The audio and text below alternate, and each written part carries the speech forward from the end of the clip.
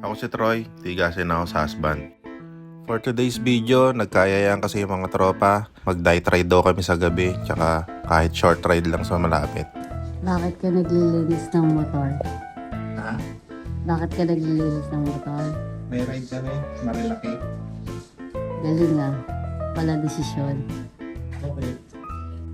Pinayagan ka ba? Ha? Pinayagan ka. Ayan, tatamo. Papayagan. Ipapaalam ako sa'yo. Ang papaalam. Nauna pa linis bago paalam. Isasama kita.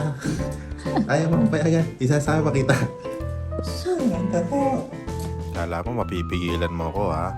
Unbox ko na rin pala yung binigay sa akin ni Mrs. na helmet. Nag-search daw siya kasi siya sa Google kung ano yung pinakamagagandang helmet sa Pilipinas. So nag-top 1 daw yung AGB. Dapat daw lagi ako safe. Kaya maganda rin dapat ang helmet na ginagamit ko. Isuot ko daw to habang naglalaba, namamlansya kasi hindi mo masasabi. Baka mapagsakan ka ng hanger habang nagsasampay. Mga ganun bagay. Ambay talaga ng asawa ko. Flex ko na rin pala yung maganda kong misis. Tamang flex na rin ako, suot yung AGV. Dito paalis na kami. 6 PM nga pala yung call time. Buti nakaalis na kami ng alas 7.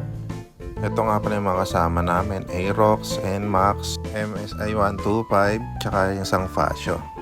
Dito tamang pagas na kami sa Uno Fuel. Mura kasi dito eh. Ayan o, tamang usap. Nagaan tayo ng gas. Ang ganda ng Fascio. Tapos lumapit nga pala sa akin sa Sep dito, inabatan ako pang gas kasi pansin niya yata, nagbiblink na yung gas ko. May kasama nga pala kaming vlogger dito, si Ili Rides. Solid yung mga content niyan, minsan nandun din ako. Hehe. Tamang mirror shot lang kami ni Mrs. dito. Kaso gangster nga pala siya, oh. Ayan oh. Dito na lang kami napadpad sa lipa, sa ramen ko. Kasi sobrang gabi na, next time na lang daw kami magmamarilaki. Ayan oh. Sobrang ganda dito. Instagrammable ang place. Tapos pagpasok namin, may nakita agad ako yung Vespa. Na-miss ko tuloy yung Vespa ko. Sobrang solid yung Vespa nyo. Sobrang kinis. Ang puti-puti. Ito nga pala yung menu nila. Oh. Post nyo na lang para makita nyo yung mga price. Kuya, may tanong lang ako. Actually, good for 2 to 3 lang po. Kuya, may tanong lang ako. Yes po. Pag vlogger ba may discount? Wala, tubig. Buti may patubig si Senator Raffy. Ito nga pala yung bestseller nila. Nakalimutan ko yung pangalan pero sobrang sarap niyan. As in, syempre order tayo ng sashimi. Favorite ko yan eh. Tapos favorite ka ni Mrs. yung gyoza. Sobrang solid dito kaya wala muna kaming pansinan. As in, legit na legit yung ramen tapos napaka-affordable ng mga prices nila. Ayan o, walang pansinan o. Higop doon, higop dito. Hindi naman halata sa asawa ko na nasarapan siya o. Sarap yarn? Oo daw o. Hindi naman halata na masarap, di ba? Ayan o, said na said o.